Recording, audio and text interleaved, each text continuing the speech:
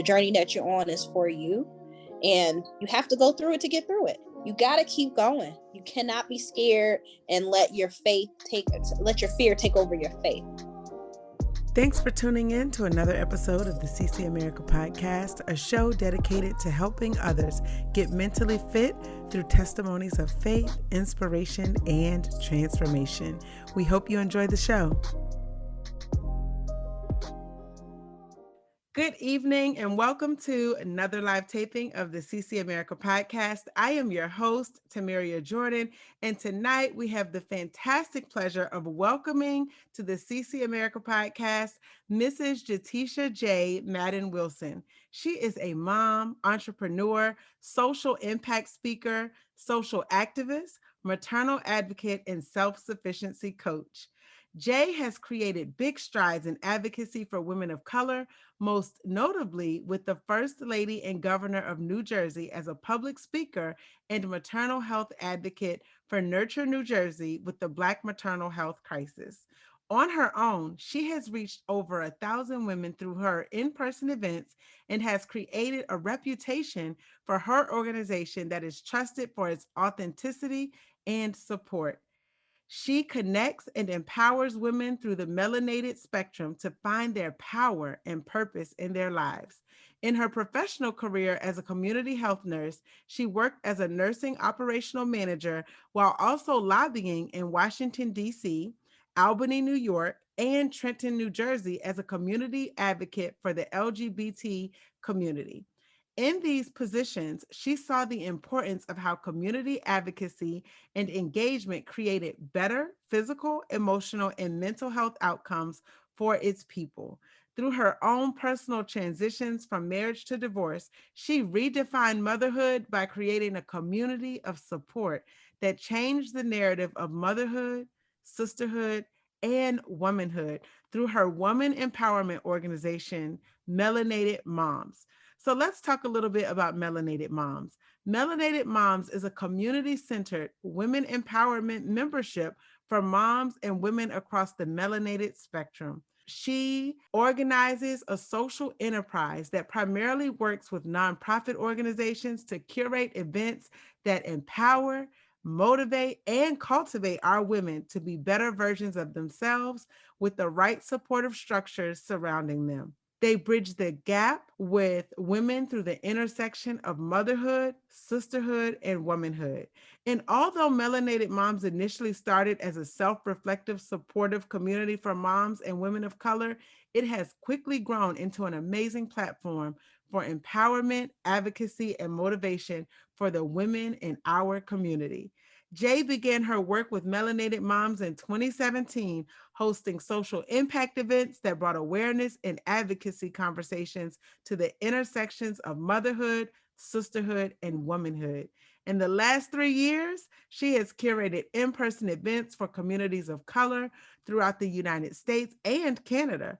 Her virtual community has expanded into national and international areas, including Canada, the United Kingdom, Africa, India, the Caribbean, and Australia. Jay is the proud mother of 2 young girls, Nadia and Ava, who continue to move and motivate her to create a space where women's rights are acknowledged and not silenced. So I am so thrilled tonight to be able to interview Jaye Wilson, and we are going to kick it off by welcoming Jay to the show. Welcome. Thank you so much. I can't believe all that stuff is me. I'm like, who is that? That's nice. That is most definitely you, sis. And the work that you are doing, you are definitely impacting generations to come and creating a lasting legacy. So hats off. Thank you. Thank you. I appreciate it. I'm You're so excited welcome. to be here tonight. You don't even know. I'm like, yes, it's awesome. Well, we are excited that you're here as well. And I know that our guests to be able to kick off season 3 with such a powerful and inspirational woman who is doing her thing, I think is amazing. Just to be able to share your testimony. So I'm excited to have you tell our guests a little bit more about you. So if you were to meet someone for the first time, who would you say Jaye Wilson is? Who would I say that Jaye Wilson is? She is a dynamic woman. She's like multifaceted. She's a mom. She is a speaker. She speaks from her heart. She moves and does things that a lot of people may find impossible, but she makes the impossible possible. She's a loving person. She loves her children. She is fierce and no holds barred type of person. She's an advocate. She really shows like what advocacy means from the top of her head to the soles of her feet. She's loud, she's funny, she is she knows her power, and she humbly uses it to create new spaces and change the narrative of what motherhood really looks like. And I'm very proud to say that that person is me. Oh, that is beautiful. I love that. Thank you. I love that. And you can tell advocacy, you can tell that that is what you're all about. You're not just changing the narrative for yourself, you're advocating for the people and standing in the gap for those who can't. So, wow, Yeah. I love that. Thank you. So, how would you say life events have shaped the woman that you are? Oh man. In so many ways, honestly. My experiences growing up, I saw a lot of things be limited. I was constantly told what I could not do, where I could not go, what I had access to, what I did not have access to. And I constantly tried to break that mold. So I felt like it was one of those things where I just kind of wanted to keep proving people wrong that, there are no limits unless you put them there, So as I grew up and, more relationships I had, friends, family, I started to get into what I wanted to do professionally. I learned more about why it was important to break these barriers and why it was important to know that you can accomplish literally anything you want, but it starts with you. So as I've grown, I'm getting closer to 40, and I'm still like, I have so many things that I can learn, but I look back and I realize how much I have already like gained in terms of knowledge. So I just feel like all of that has shaped me into this person that you see today, into an advocate, into a better mom, into a better person, and into someone who like values my vulnerability, and I'm able to use it in a positive way. I'm not limited by the things that I don't know or the things that I don't have. I stand in that and I say, you know what? It's not here yet, but if that's what your goal is, it will appear, you will get it. And that's really like the mantra that I live by. You have to go through it to get through it, and you'll get there. Oh, So, there's no limits unless you limit yourself. Yeah. That's I one of my love that. Nana-isms, my grandmother. I'll talk about Nana a lot. If you've ever Yeah. heard me speak before, I always talk about my grandmother. She was like my everything. She was my original melanated mom, and she went through so many things in her life. And the one thing she always told me, even with all of the limiting talk that she did give me sometimes, she always said, like, I get it. There are certain things that I thought I just could never do, so I never pursued it. But you're Mm. not that kid. You're not that person. So, you're going to learn how to find a way, to find another way, to figure it out, to build something amazing. And, you just got to go through it, though. You can't take shortcuts.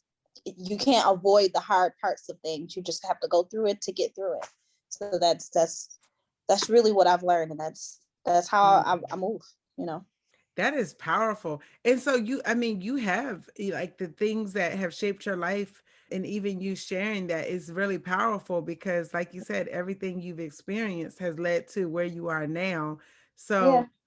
in doing that, so going through it to get to it, you've created an amazing advocacy network with Melinated Moms. So can you Yeah. tell our listeners more about why you started Melinated Moms and also Yeah. what you do? Yeah, sure. So I originally started Melinated Moms just as a mommy meetup group. So we started on the app meetup. And in the moment, I started the group out of the need to find support for myself, my children. I went through a divorce, had been with my husband a total of 17 years. We were married for 10.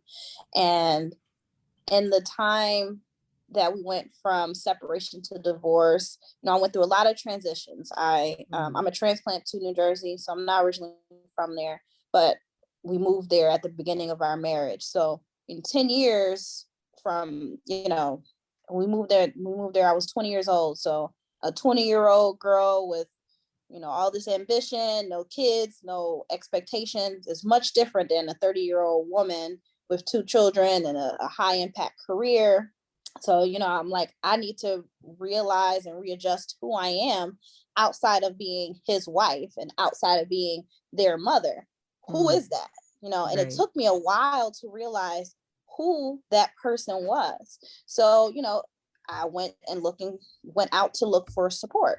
So I looked for other like mommy meetup groups or other spaces that already held space for moms like me. And, it's not that I couldn't find things, but they didn't meet all of the needs. They didn't check all of the boxes for me. So I made my own. And I was like, let's see what happens. Maybe it'll just be a group of me, or maybe it'll be other people that will join and be willing to share how they feel and where they are in their journey in terms of motherhood, in terms of being a woman and finding themselves, So I didn't really know what would come from that. But, here we are. After, hosting a couple of events, I started asking the moms, like, totally glad you're here. Keep coming. You're absolutely welcome. But, what makes you come? Like, what made you feel like this is your space, And a lot of the moms they kept reiterating, you give us this safe space. You make us feel seen. You make us feel heard. You make us feel proud to be in our motherhood, and to know like it's okay to have those days where you're not sure, or where you feel like, oh my God, it's so much. It's so much, having all of these things on your shoulders, but being able to share with another person, especially another mother that looks like you, that comes from where you come from, that understands all of the intricacies of who you are, just made it much different than joining any other group. So I'm like, oh, okay. I didn't know that's what I was doing, and in turn, I didn't. And in turn, what that helped me see is how to really narrow down, have more of a laser focus on what we are doing, what we're trying to accomplish. So when I started to do the actual advocacy work and getting involved with like the government and learn more about like statistics around Black maternal health, because for me, I hadn't even known that I was a part of these same statistics that I'm representing. I just thought I was a Black woman who gave birth. But, when I started sharing my birthing stories and my journey to motherhood, I'm a 4-time survivor of preeclampsia. I lost 2 children prior to giving birth to my girls. And I didn't know that I was a part of a huge statistic of Black women who have had preeclampsia, and how 60% of Black women are preeclamptic. I'm like, this is something that's really significant, and no one ever talks about this, So we held one of our most notable events called Childbirthing in Communities of Color. Every year we do it during Black Maternal Health Week now. And the very first one we held right around Mother's Day was May 20th, 2018. And we had maybe 30 women to come out, and we all talked, and we had a panel. We pre-screened this documentary called Death by Delivery. And we asked these very significant questions in relation to the movie. And we had a panel of 6 women, all but one were actual birth mothers. The woman who was not a mom was an end of life doula. And we asked her, very significant questions, how do you feel with supporting people? But also, how do you feel being a end of life doula? Because that's much different than a birthing doula. Her personal decision to not other women in their own journey, and also how to support them during loss, and I'm like, no one ever talks about how important it is to have someone there with you when you're going through grief, when you're going through loss, and when you feel all of those emotions, but you're told to turn it off and just suck it up and keep going, So from having that event, that that's how I actually ended up getting involved with the First Lady and the Governor of New Jersey. Someone from their office actually attended the event, and they were like, this was really moving. We really appreciated the work that you're doing here. The First Lady has this great initiative called Nurture New Jersey, and we think that it would be perfect for you. Would you be interested in joining us? And I'm like, oh, sure, whatever. Let's see what it looks like. So from there, I started learning more about these statistics, and I started to learn how it related to me. And I had no idea how significant it was, not just nationally, but in my state particularly. New Jersey was, really, really bad in terms of birthing statistics for Black women. We're number 47 out of 50 states for a safe birthing outcome for Black women. So what was beautiful about that terrible statistic is the First Lady's office saw value in me from talking about this and from saying, we want you to be a part of the solution as opposed to just highlighting the problem. So in these last 2.5 years, almost 3 years now, I've been working with them. I've held focus groups. We've been a part of the creating and implementing the strategic plan of the First Lady, which was like so impactful and so beautiful. But going back to what we talked about a little bit earlier of breaking barriers, you could have never told me when I started Melinated Moms, I would be in a seat like that. I never knew that would be my walk or where I was supposed to go in order to create this significant level of change. I would have never considered myself a change agent. I would have never considered myself someone who had value to use my voice to create all of these wonderful initiatives, But again, that's the power of change, right? Like, that's the only constant thing is always, you have to just always be ready and prepared for the things that are going to change around you, because as you're changing things for other people, you're changing yourself, So I learned how to grow into this space and how to really value the significance of holding this spot as a leader and not taking it for granted, because there are a lot of things and people who really depend on what I say and what I do and how I move so that they can also build onto the things that they want to do, So I'm just really grateful to be here and to know, like, wow, like we started as moms just meeting on the grass with our kids at a park, and now we're talking on national platforms and we're shaking hands with people who write legislation for women like us. Like that's a huge change. I still can't believe That's it myself. amazing. Yeah. Thank you. And what a way to turn a painful situation into a purposeful one. Yes, ma'am. You were able to do that. And so again, hats off, because some people will stay in that place, and you allowed the experience that you went through to help you advocate for so many people.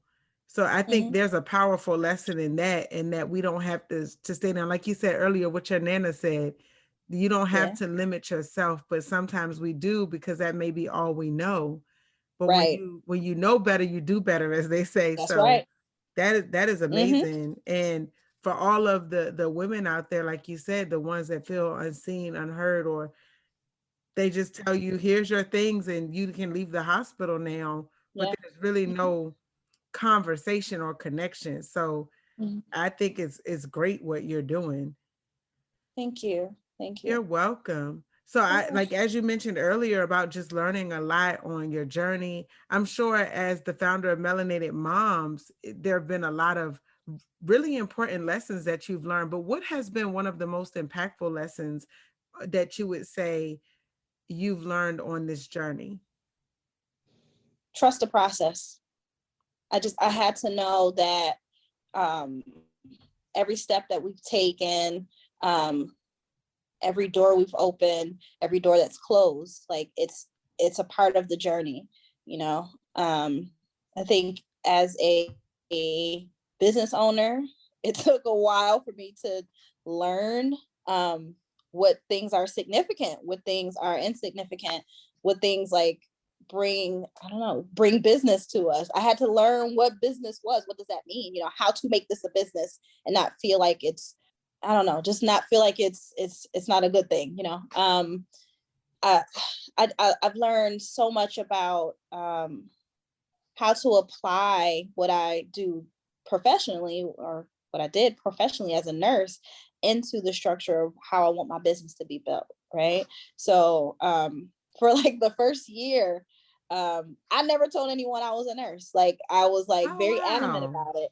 Yeah. And I did it intentionally. So for me, I didn't want to create that a space where people felt like this hierarchy thing, or feel like they Okay. couldn't express themselves with me coming in like, I'm the nurse, da, da, da, da, da, da. I didn't want that. I wanted it to be a space where it felt like neutral ground. So anyone can walk in that door and we will find commonality between us because we're women, because we're mothers, because we share a journey.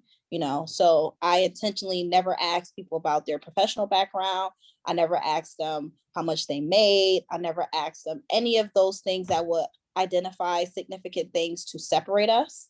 Pre-pandemic, we used to host monthly support groups at our local library, and women would come from all walks of life. Literally, we've had pediatricians and scientists, and moms who worked at McDonald's, and moms who worked at Marshall's, and moms who are in school, and teenage moms, and military moms, and women who are immigrating to this country. Like so many women who have all of these vast experiences, but none of those other things came out until the very end, and that was because Oh, they just wow. decided to share it.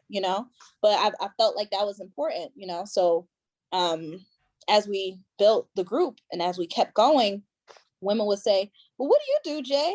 Like, oh yeah, I mean, I'm a nurse. I was just like, really? Like, yeah.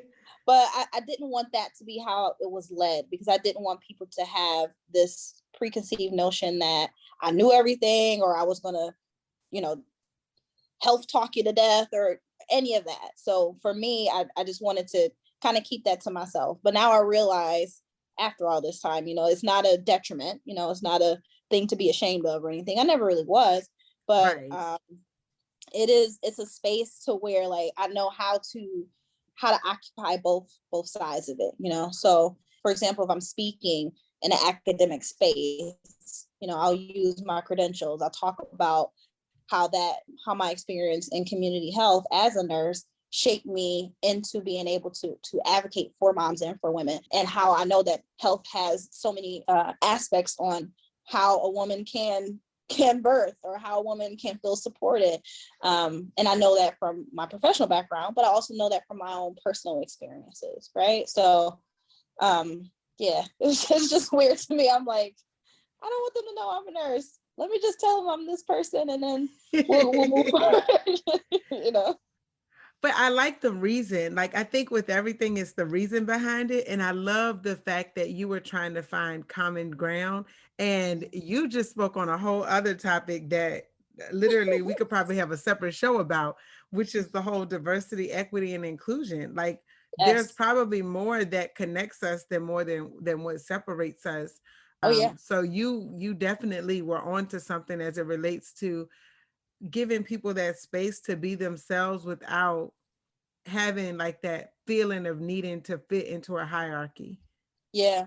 Yeah. So that Yeah. that's that's beautiful. I know one thing that's always stood out, and I always try to highlight, is our name. So Melinated Moms is not exclusively for Black women. It's inclusive of all women across ethnic, diverse backgrounds, right? So I'm not looking at you just as a Black mom, right? I'm also like, Right. how do you identify yourself? What are all of the intersections of who you are? Those things make you who you are. That's excuse me, that's a part of your identity. And we've had women who are from Morocco, we've had women who are from India, who are from Australia, and they're all melanated women, and they all share completely different experiences of who they were in their country and how it impacted the way that their motherhood looked. Right.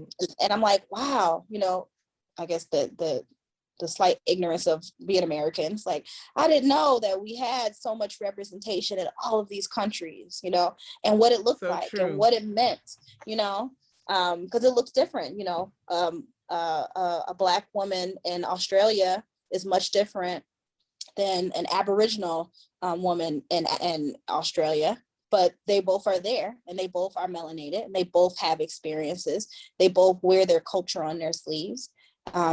But they both have all these amazing things that they can give to one another, you know? So I like the fact that we're that middle ground so that they can look at each other, like you said, for their commonalities instead of their differences. That is so true. So you mentioned earlier about, you know, just wearing different hats and not at first sharing that you were a nurse. So when you think about wearing the different hats that you wear, how do you maintain balance?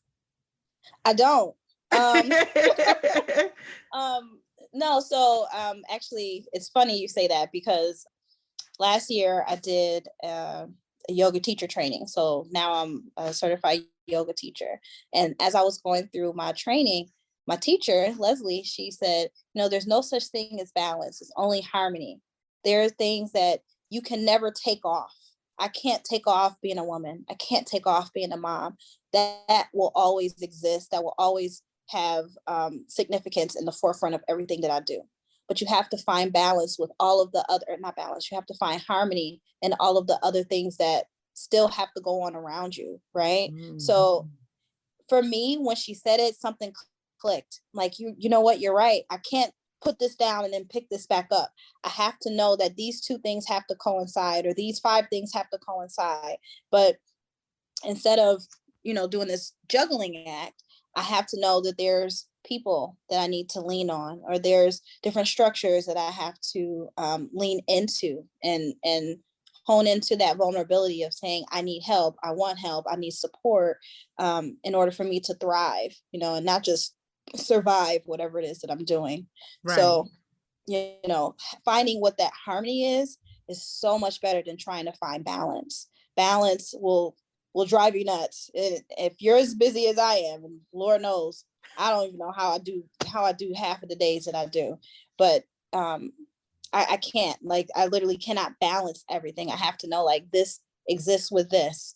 And as long as I'm reaching out to my team, or as long as I'm, you know, leaning into the right people to support what I'm doing, everything will run like a well-oiled machine. That's the harmony, you know, but there's no balance. I There's no love that. balance. You know, that's the realest answer I've heard, but it makes so much sense. And it's interesting because our perspectives, it really does help you be able to handle it. Because if you look at it as a harmonious relationship, and that you, like you said, you can't take off your mom hat. Like, you can't, there's some things you just can't take off. Like, you are just going to be who you are. You're going to be a woman. So Right. I think when our mindset shifts, when we see it like that, it does allow you to be able to navigate and be able to juggle the multiple things. I really love that. That, you know, it's like saying, I have an opportunity to do something versus I have to do it. How you Exactly. approach it is going to be different. So that's Yeah. great advice. Yeah. It's perspective. Like, once you realize how to change your perspective on things, that creates that positive motivation that you need in order to succeed. Right. So Yes.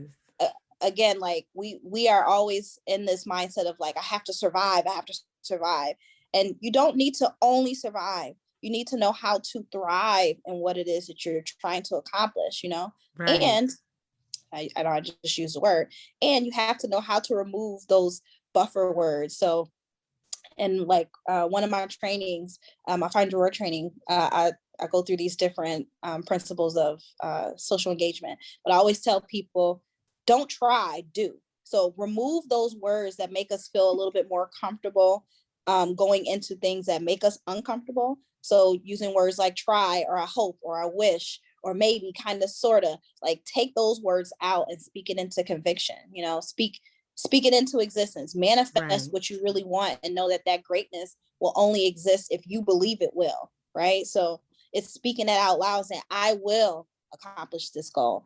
I can get to where I want to go. I am this person, even if that's not who you are right then in that moment. The fact that you're able to speak it with conviction helps you get closer to that goal, and it puts you into a positive space of saying it's possible, instead of, oh my God, this is impossible. That is so true. Yeah. So, for anyone who's interested in joining Melinated Moms, what are some of the benefits of becoming a member? Oh my gosh, everything, right? So it's the benefits honestly are endless. Obviously, the immense levels of support, like getting to meet moms and women of all walks of life from different areas, especially now with the how the pandemic changed the way that we interact with people. We've seen literally like a 200 something percent increase in our engagement, as well as in our membership, because Nice. excuse me. Yeah, because initially, we were hosting events in person, which were great, but you only get a very concentrated number of people who are able to get there, because of geography, right? But Right. once we went fully virtual, we're able to engage with women all over the world, literally, and they're all coming to these same virtual spaces and getting to meet women that they may have never been able to meet in person. So having just that in itself is a huge benefit. Secondly, though, is to be on platforms and speaking as representatives of melanated moms. So a couple of our moms, actually, they've been a part of our work with the First Lady. And one of the mothers actually had a full video where they talked about her experience as a mom and what it was like for her to birth her twins, and her different challenges and how she was able to overcome them. This video has been shared like 20,000 times, and she got to talk just authentically from who she is. And we talk all the time. And I asked her, what do you feel like your motherhood journey, do you think like we were able to help enhance it, or like how do you feel like Melinated Moms was able to really add to who you are as a mom? And she said, I never knew how advocacy was so important, and this made me realize from being a part of this community why it's needed and why I'm needed to use my voice and to speak up about things that moms need. She's like, I never knew these things were necessary until I had my children. And a lot of moms don't realize your advocacy begins way before you're even a mother. Your advocacy begins when you're pregnant, when you're changing your lifestyle, when you're thinking about how is your life going to change, going from 0 children to 1 children, and 1 children to 0 children to 1 child, and beyond. Every single part of those decisions is an advocacy mindset, right? It's like, how can I make this the best experience for myself? How can I make this the best experience for this child? How can I change what's going on around me so that my child has another opportunity that I may not have been able to have, right? So just seeing how impactful that is for women to share that story, and how powerful it is for them to feel that and say that out loud and know that they're acknowledged. I feel like that's super valuable, and it's very beneficial for being a member of ours. And it's just fun. Like we do we do a bunch of stuff. It's not just yelling and screaming and asking for rights. It's also cultivating really great relationships. Last weekend, we did a mommy meetup with the kids at a trampoline park, and I think we had maybe it was like 10 of us. It was a smaller group, but the four moms that were there, they never met each other before. Oh, wow. But after, like when we're all walking out, everyone's like, oh, this was so great. I'm so glad I finally got to meet you. And so it's like, having those spaces where you can talk to another mom, where you can feel supported, where you can have a new mommy friend that you didn't even initially think that you were going to walk in with, those are great benefits of being a part of our organization. Fantastic. So, in your journey, what role has faith played in this? It sounds like it's been weaved throughout, but how would you describe the role that faith has played in your journey? It's been everything. I've seen how things have literally like materialized out of nothing, and I'm like, there's no other, seriously, like there's no way that this just came out of the blue. Like someone has to be leading the charge. Someone has to be like moving things out of the way for so many wonderful, abundant things to be happening, honestly. We've talked, before about, the journey I've had with having my children. And I feel like a lot of the experiences that I had with birthing my oldest daughter, I apply it to the work that I'm doing, So I talked about like having the faith of a mustard seed, knowing that even if you cannot see the thing that's right in front of you, right, you have to have that faith that God is going to lead you to where you're supposed to be, because it's a part of your journey. He's not going to lead you into the dark or into the dirt. He's going to help you see exactly what it is that you need to see in order to keep going and learn the lessons and do the work and receive everything that you're supposed to receive. And I honestly, I feel like it's rooted in having my children, right? So I've been told no throughout that entire journey. You can never have kids. It's never going to be successful. You're going to die. This isn't for you. Maybe you should just do this, do that, do this, do that. But I had to know, like, there is purpose behind everything that I'm doing. So I have to keep my own faith very strong in order for me to keep moving forward. Otherwise, I wouldn't be here. If I didn't have faith in myself, if I didn't have faith in the work that I'm doing, it wouldn't thrive, So true. Yeah. So faith plays everything. Faith is must be real. Yeah. Yeah, it is. And it's something that sometimes we forget. Like you said, we will use our logic. So to your point, the doctors might tell you one thing, and it's like that you hear people say, whose report will you believe? Yeah. And in those moments, you had to believe a different report, because like you said, if you believe their report, like who knows where you would be right now if you would be doing this work. But because you believe, you are moving forward. So how can our listeners connect with you? Oh my gosh, so many ways. So definitely through our website. You go to www.melinatedmoms.com. You get access to our website and you see all of the great things that we have going on. Our calendar of events is almost always full of both virtual and in-person events. You can also connect with us on social media at Melinated Moms on every platform. So we're on Facebook, Instagram, Twitter, Pinterest, TikTok now. What else? Twitter. All of the internets. I know there's so many of them now. Like all of the platforms.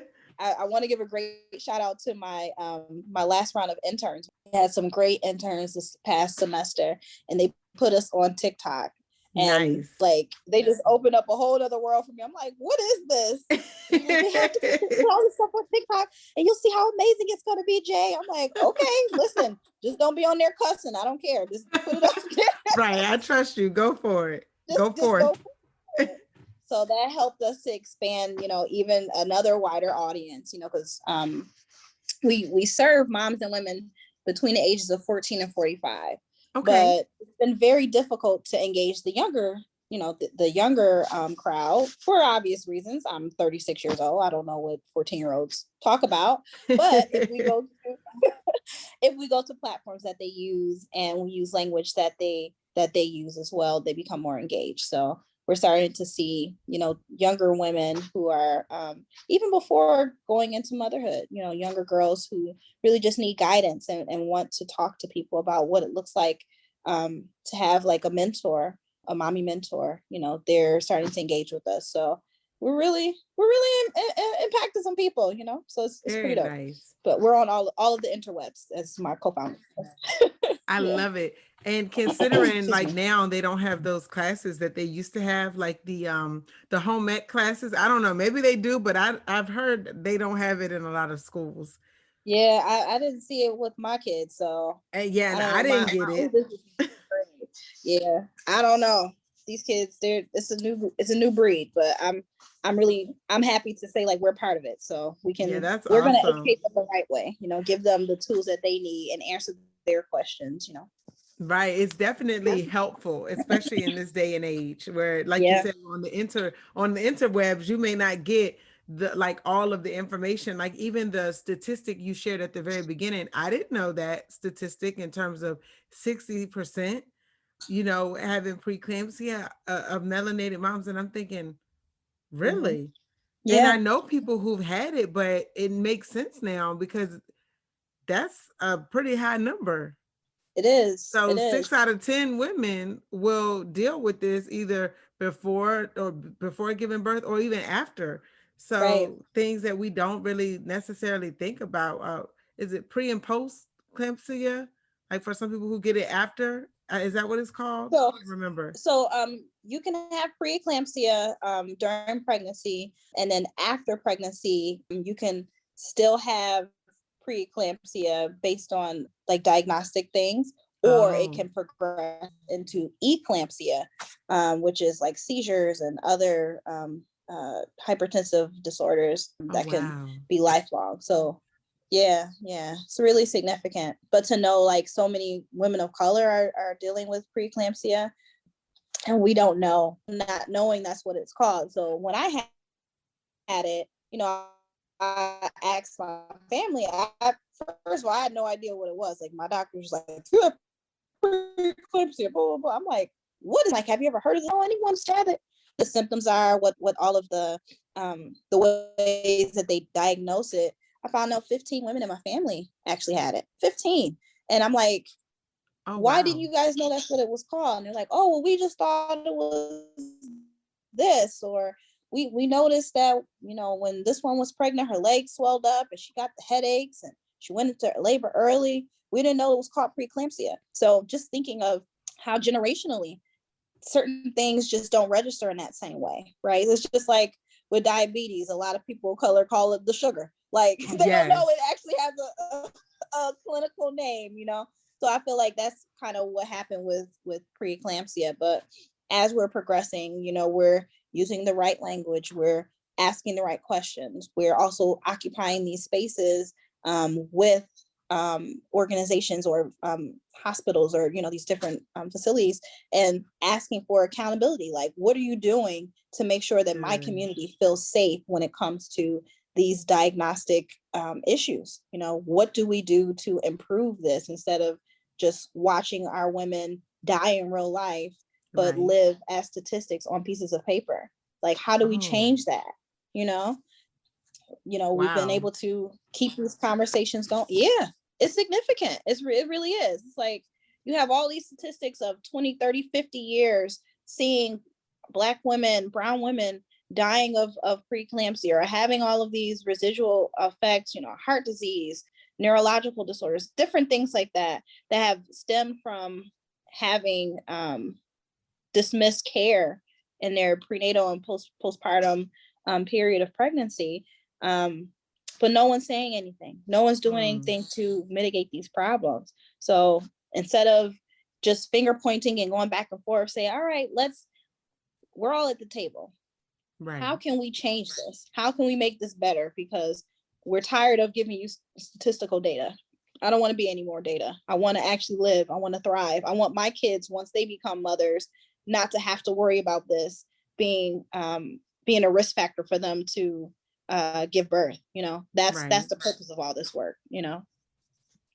That is so true, and it's so necessary in this day and time. Yes, ma'am. Yes, ma'am.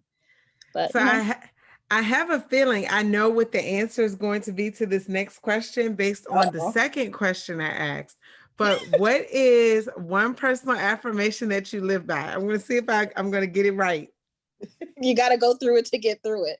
Yes, I was like, I knew it, but I was like, let me just make sure. And then you know what? For anyone that needed a reminder, Mm-hmm. yes, I You was like, gotta let go me through let it to her get say through it it. again. You do, but it is the best affirmation you can add. You can say. You have to go through it to get through it, and that's the good, the bad, the ugly, everything in between. The only way that you'll be able to see like how significant the world is and how impactful you are in that world, like you have to go through it to get through it. Yeah. Can So I true. share a little story? You sure can. Okay, so this is for me like the most, like, it's hilarious. It's yeah. Let me just share the story because I'm going to give too much like disclaimer. So a couple years ago, I did a retreat with some of our one of our sister organizations in Toronto, and I'm a road warrior. Anybody that knows me, you know that I drive a million billion miles in my car, and I will just go. And I was driving up to the retreat space, and my friend, she goes, "Oh, this is the address, da da da." So I'm driving, and I don't realize how far this place is from Toronto. Now, I'm originally from Buffalo, New York, so I usually drive to Buffalo, drop my kids off, and then I'll continue to go up to Toronto. And usually from Buffalo to Toronto is about 90 minutes, like hour and a half, right? So I'm like, "Oh, okay, I'll be there, soon, whatever." She's like, "Oh, it's pretty far." I'm like, "Okay, yeah, it's fine." I drop my kids off. I get to the Canadian border and I put the address in GPS. It said it was 5 hours away. I'm like, where in the world is this woman? 5 hours. I said, where in the world is this woman got me going? So fast forward, I'm driving. I get about an hour away from the location, and all of a sudden it starts raining. And when I'm telling you it's raining, I'm feeling like Noah's Ark is coming. Like, it is raining out of the blue. Rain's pouring, then it starts hailing, and I wear glasses. My glasses, the arm on one of my glasses, like, broke off as I'm driving, and my glasses fall off my face. I'm like, Lord, what is this? Oh, like, what? I don't understand what's happening. So I'm driving, and I get to a point to where the road literally ends, and the GPS says turn left. And I look left, and it is just darkness. It's like trees on one side, trees on the other side, like a dirt road, but you can't see nothing. It's pitch black dark. And mind you, it's about midnight, almost 1 o'clock in the morning. Oh, wow. I'm like, GPS, there is no left. I'm driving by myself, and that's another thing. I be gone, girl. I'm by myself, and I'm like, no, I can't turn left. GPS is like, turn left, turn left. So I'm like, okay, God, I'm gonna turn left, and let's just see what happens. So I turn left, and I'm driving like 10 miles an hour. I am petrified. I'm like, Lord, I don't want to drive into like a tree or a person or a Bigfoot or nothing. I'm so scared. I'm petrified. So I drive, and I get to the point to where the GPS says you're at your location, but nothing is there. So I called my friend and said, "Girl, I don't know where I'm at. This thing says I'm here. Nothing is here." She said, "Oh yeah, the markers are off. You need to look for 11:15. And just keep driving forward, but you'll see it. But just keep going." So I'm like, okay. So I keep going. I drive. I find the marker. I turn in, and we're like, when I tell you we're in the woods. Like, I'm sitting here thinking, like, what was this, like, to the right of you, to the left of you, trees. Trees. That's it. Just trees. So I turn in and I go in the driveway. This big, beautiful house is there. And I'm like, where the heck did this thing come from? But my friend, she's like, "I'm so glad you made it. I was so worried." I said, "You? So where in the world do you have me?" She said, she's like, "Oh, this is a beautiful cottage, da da da da da." She's like, "I was so worried because if you would have took a wrong turn, you would have ended up in the lake." I said, "The lake?" She's like, "Yeah, we're on a lake." I was like, "I just need to go to sleep. There's nowhere in the world. I can't even process all this right now." So the next day I wake up and I finally get to see where I am. And when I tell you this cabin or this cottage, it's beautiful, like crafted, big wooden cottage with this beautiful wraparound porch and these big bay windows. And I got to look out of the windows and I saw this amazing lake, and the lake is called Clear Lake. And I was like, wow. "Oh, we are dead serious on a lake, like a lake. She's like, yeah. You thought I was joking." I said, "No, I didn't."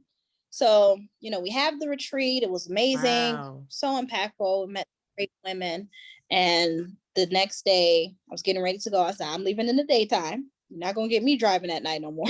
Exactly. Okay. So I get ready and I leave, and I'm driving back, and I'm like, as I'm driving, this doesn't look as scary as it did when I first came.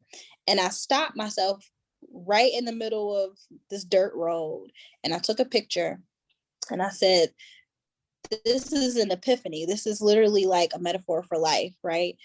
Everything that I went through getting here was really like the way that we kind of like describe life and the things that we go through, right? So we will often feel like we are on this journey driving through a storm and we have no idea where we should go, right? It seems scary. It's all these things storming around you, and you have you have two decisions. You can stop and you can turn around and go back. And even if what's behind you is not really what you want, you know what's there. It's comfortable. You can see it, you can touch it, you know it's tangible, right? Right. But if you move forward and you go into a space that you've never been to before, and you challenge yourself to actually see what else is on that other side, you'll realize that impact will be on yourself. I had to keep driving, even when the road ended, even when all of the storm was coming down. I literally was able to see something I never would have been able to experience if I hadn't kept going forward. Number one, it's true. And I'm still like, I don't even know how that really actually happened. But but just to know, like, you went through that, and that entire experience just changed the way that you experience life. And from me going to that retreat and meeting those women and seeing how significant it was to pull all of those feelings in and just be impacted by it, like it changed me. It helped me to see, like, Melinated Moms is much bigger than just some moms meeting on some grass. It's so much more than, just having chats or, having interviews or even speaking on large platforms. There's so many things that like anything that I thought could be a barrier, I no longer look at it from that angle. I'm like, nah, forget that. Even if you don't have the vision for it right now, it's coming. But you have to keep your eyes open. You have to move forward. You have to know that the journey that you're on is for you. And you have to go through it to get through it. You got to keep going. You cannot be scared and let your fear take over your faith, So I love that. Yeah, I had to share that story because every time I think about it, I'm like, oh, this is a great time to share the story. It is. It's a really good illustration of life. And like you said, everything we talked about earlier. Now, I'm glad you didn't go through the lake. Oh my God, me too. Oh my God. And when I tell you, it literally was right there. Like, if I would have turned left, I really would have been in that lake, because there was no like guardrails, no nothing. It was a bunch of turnoffs. I was like, I don't think I should go that way. I'm just gonna keep going this way. Exactly. It was that's scary. It was scary. It was scary. But like that faith definitely kicked in over that fear. And I'm so glad I got to see it. And you know what else? That entire time I was there, my phone wouldn't work. I couldn't take not one picture.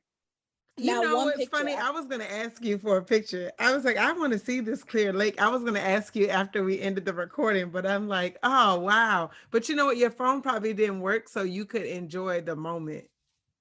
Exactly. And that's exactly what it is. I have, I think, one picture of being there, and it was like right when we was about to leave, and somebody else took it with their phone. The two girls that put the event together, we took a group picture, and I told them, I was like, y'all don't know how much this changed my life. And they're like, we just glad you came, Jay. I was like, no, this is different.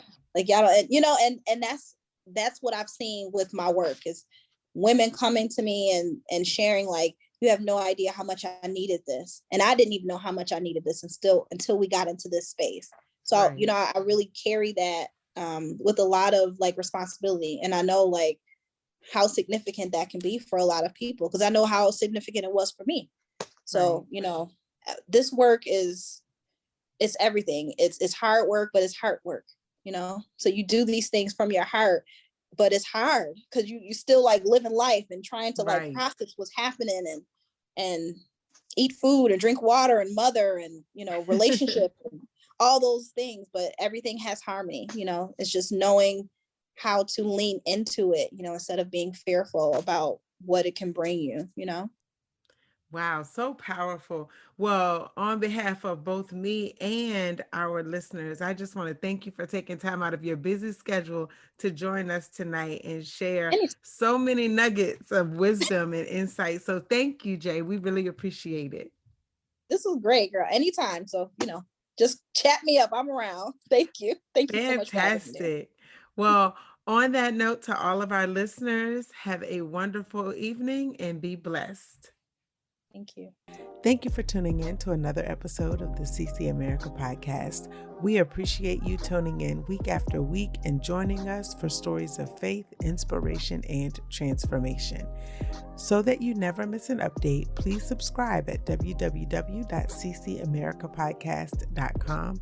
You can also follow us on all of our social media platforms at CC America LLC. You can also just search for CC America on Facebook, Instagram, YouTube, and TikTok. We hope that you are encouraged and inspired by this show. If so, please don't hesitate to share the episodes or let people know that you are listening so that they too can be inspired. We appreciate your support, and until next time, be blessed.